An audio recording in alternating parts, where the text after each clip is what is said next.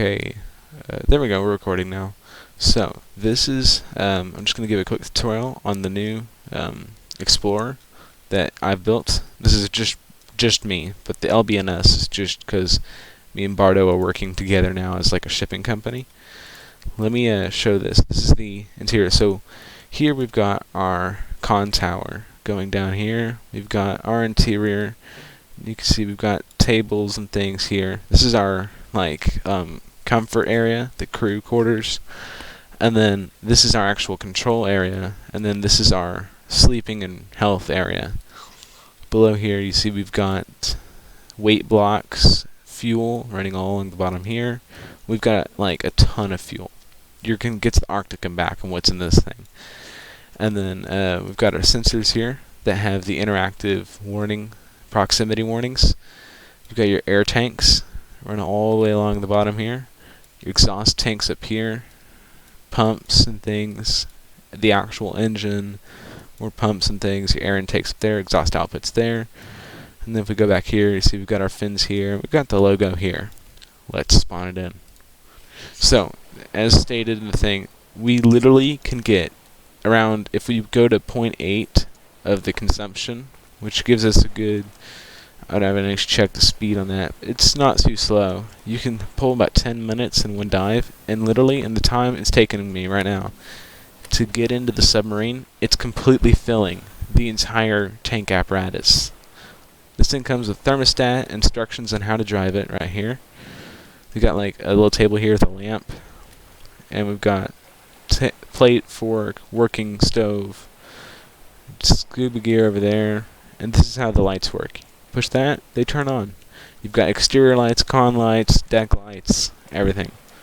Moving back here, we've got our little medical room, and you've got like a little front window you can look out of. It's pretty neat. So, how to drive this. It looks crazy, but it's really not. It's as simple as going to here, to the air consumption, and picking what we want. This is, if you want to be diving for a long time, you don't care how fast you're going, you would rather set this to maybe something like 0.7. If you wanted to go fast, set it to 1, of course. See, this is our proximity warning. It's telling us there's a wall nearby. This is detecting at 20 meters, so anything closer than 20 meters, and that's getting the readings from up here at the staggered detectors up here. And it's a fully interactive system. It responds to all the environment around you. It's our warning, alert things, belly procs, low air, exhaust, low battery. So this is our throttle and reverser. We just throttle forward and turn on this. And of course, turning this off, to breathe on the surface because we're already full. Now we're moving, pretty good speed. See, this is what we're at. This is at 0.8 consumption. See that speed there? Let me actually see what that is. That is 8. We're getting 8 meters per second at 0.7.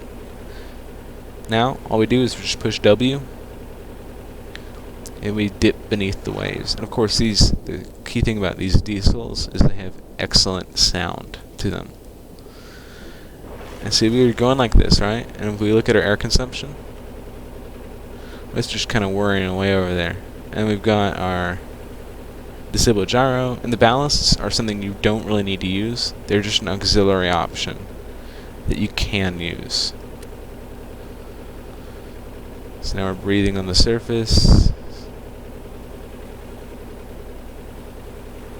filling our tanks, and see, we're driving and filling the tanks at the same time and maintaining our speed.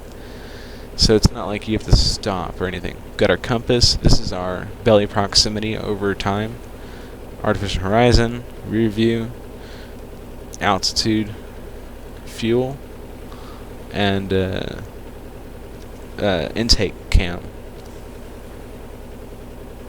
And then we've got our waypoint for autopilot. And yeah, this is our light brightness. You can adjust the brightness of the lights and towers. It's a very simple drive, and it's super efficient for anyone wanting to go out doing some submarining.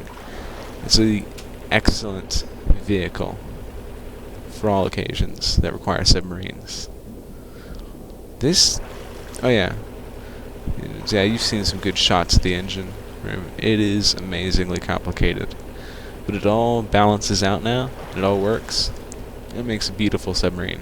Solar, of course, is just a backup for the starter. If you ran out of battery and floated up to the surface, you could use the solar to start up the battery again and get your systems online if you surface. It's good for survival. Anyway, yeah. We've got this sign on the side and the lights. Lee Bardo didn't actually contribute to this build particularly, but I'm sure future builds will be more cooperative. We're still working away on the steamship, but this is just a side project. Of course, you've got your nose protecting wheel there, so you can hammer this thing into the ground and protect your nose. It's relatively low lag, too. I just play on a potato all the time. It's a pretty low lag creation. It's a great little submarine. So anyway, thank you all for watching, and I hope to see you next time.